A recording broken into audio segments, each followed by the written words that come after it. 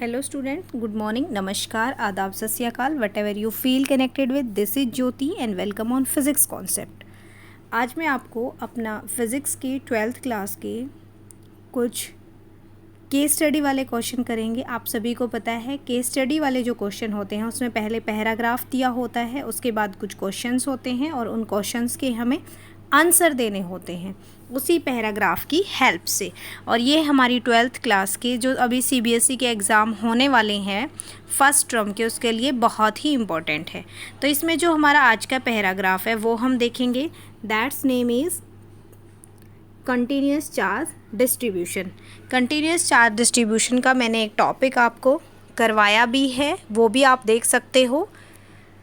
देखो इसमें क्या लिखा हुआ है, इन ए practice we deal with the charge with greater in the magnitude than the charge on an electron. So we can ignore the quantum nature of charges and imagine that the charge is spread in the region in continuous manner.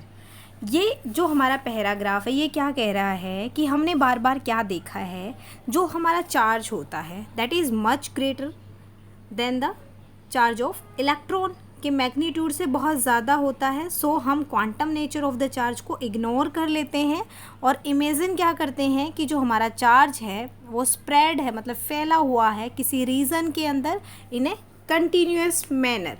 और जो ये continuous manner है ये मैंने आपको 3 तरह से अपने टॉपिक में भी कराया है, सेम एज इट इज़ ये पैराग्राफ दिया हुआ है। Such a charge distribution is non as continuous charge distribution. पूरे के ऊपर अगर फैला हुआ हो तो उसको क्या बोलते हैं, continuous charge distribution. There are 3 types of the continuous charge distribution. First क्या है, लाइन चार्ज डिस्ट्रीब्यूशन, वो ऐसा होता है।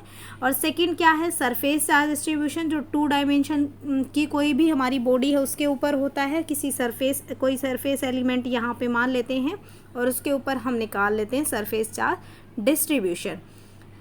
थर्ड होता है वॉल्यूम चार्ज डिस्ट्रीब्यूशन, जो हमारी 3 डायमेंशनल किसी भी बॉडी के अंदर होता है। अभी आप एक चीज़ और देख सकते हो, जो हमारा लैम्डा होता है, देखो ये दिया हुआ यहाँ पे, ये होती है लीनियर चार्ज डेंसिटी।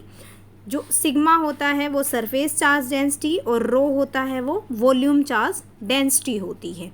तो अभी हम अपने क्वेश्चन के ऊपर पहुँचते हैं। तो हमारा जो फर्स्ट क्वेश्चन है वो क्या कहता है, स्टेटमेंट फर्स्ट बतानी है, that is the Gauss law can not used to calculate electric field near a electric dipole.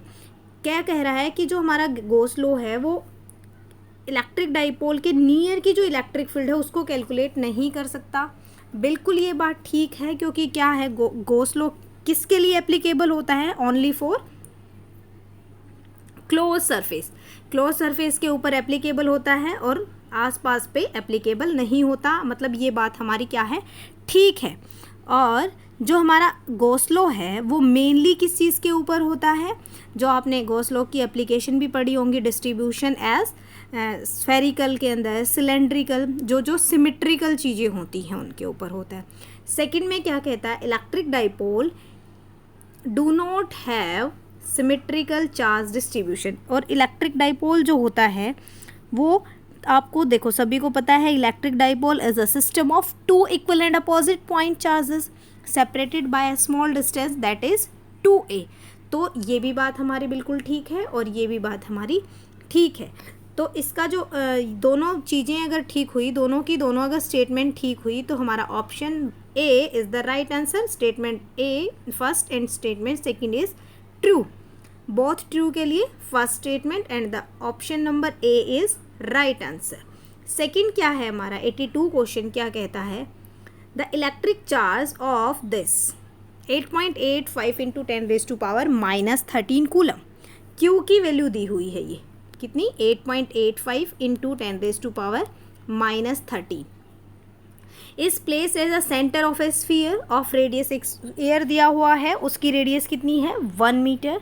The electric flux through the sphere, flux निकालना है। देखो आप सभी, फ्लक्स का फॉर्मूला क्या होता है, फाई होता है, is equal to Q inside divided by epsilon naught. Q की वैल्यू हमारे पास दी हुई है 8.85 into 10⁻⁻13 coulomb divided by epsilon naught की वैल्यू आप सभी को पता है 8.85 इंटू 10⁻⁻12 कूलम स्क्वायर न्यूटन -1 और मीटर -2।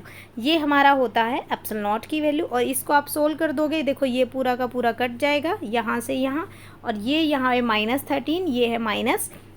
तो आप सोल्व करने के बाद मैं आपकी वैल्यू बता देती हूँ क्या आ जाएगी। इज इक्वल टू 0.1 न्यूटन पर कूलम मीटर स्क्वायर। और ये कौन सा ऑप्शन है? Option B is the right answer. इसका जो आंसर होगा वो बी ऑप्शन होगा। नेक्स्ट जो क्वेश्चन है वो हमारा क्या कहता है कि the electric field within the nucleus is generally observe to be linearly dependent on R. जब ऐसा कोई ग्राफ बना होता है तो हमारी जो भी क्या कह रहा है ये कि इलेक्ट्रिक फील्ड होती है वो किसी न्यूक्लियर के किसके ऊपर डिपेंड होती है? आर के ऊपर डिपेंड होती है। देखिए जो हमारी इलेक्ट्रिक फील्ड होती है ई, उसका क्या फॉर्मूला होता है? रो आर डिवाइडेड बाय 3 एप्सिलॉन। तो ये हमारा आर है और ये हमारी ई है, तो हमारा ई क्या हुआ? डायरेक्टली प्रोपोर्शनल टू आर हुआ। और यहाँ पे ए लिखा हुआ है तो भी बात ठीक है। तो हमारा option number C option is the right answer. Okay, यहाँ पे जो ये ए लिखा हुआ है ना, यहाँ से यहाँ तक, ये इसी को दर्शा रहा है। तो ये ए और इज इक्वल टू आर, या फिर E is directly proportional to R. तो option C is the right answer. Next है 84 क्वेश्चन। 84 क्वेश्चन क्या कहता है? What charge would be required to electrify a sphere of radius 25 centimeter so as to get a surface density, charge density of 3/pi centimeter coulomb per meter square। Lambda की इसमें radius की value कितनी दी हुई है? 25 centimetre. आप 25 centimetre, देखो यहाँ metre है तो सेंटीमीटर को मीटर में चेंज करोगे 0.25 मीटर बन जाएगा। और हमारी जो सरफेस चार्ज डेंसिटी होती है सिग्मा, वो क्या दी हुई है? Q divided by 4 R square होती है वैसे तो। और यहाँ से हमें क्यू की वैल्यू निकालनी है और सिग्मा की वैल्यू आपको दी हुई है। कितनी दी हुई है? अभी मैंने देखा था, ये है 3/पाई। तो यहाँ से आप सारी की सारी वैल्यू इसको पुट कर लोगे और क्यू इज़ इक्वल टू निकाल लोगे। क्यू इज़ इक्वल टू क्या बनेगा हमारा? इसको इधर ले जाओ, क्या बन जाएगा? 4 आर स्क्वायर और सिग्मा। अब 4 पाई क्या होता है? 22/7 4 और मल्टीप्लाई में आर की वैल्यू क्या यहाँ से उठा के रखोगे 0.25, उसका स्क्वायर कर दोगे और सिग्मा की वैल्यू क्या हो जाएगी? 3 डिवाइडेड बाय पाई। और यहाँ से आप क्यू की वैल्यू निकालोगे तो हमारी क्यू की कितनी वैल्यू आ जाएगी? Q is equal to 0.75 coulomb. 0.75 coulomb, that is option A.